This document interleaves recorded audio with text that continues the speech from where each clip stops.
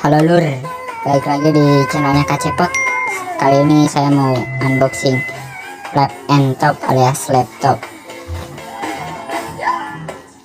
Mereknya dari ASU alias ASU.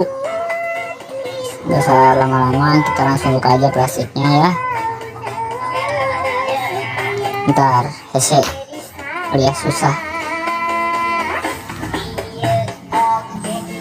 Banyak pisan ya, nama teh klemna. Nah ini dia udah kebuka. Kalau disobek lebar soalnya plastiknya, nggak bisa buat peletakan. Kita keluarin ya. Nah sekarang kita buka nih kardusnya, isinya apa. Ternyata masih ada kardusnya. Sabar. Nah ini dia deh.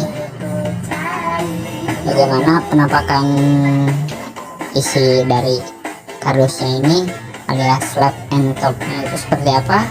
Dan ini dia Flap and Top alias laptop. Oke, sekian, terima kasih unboxingnya.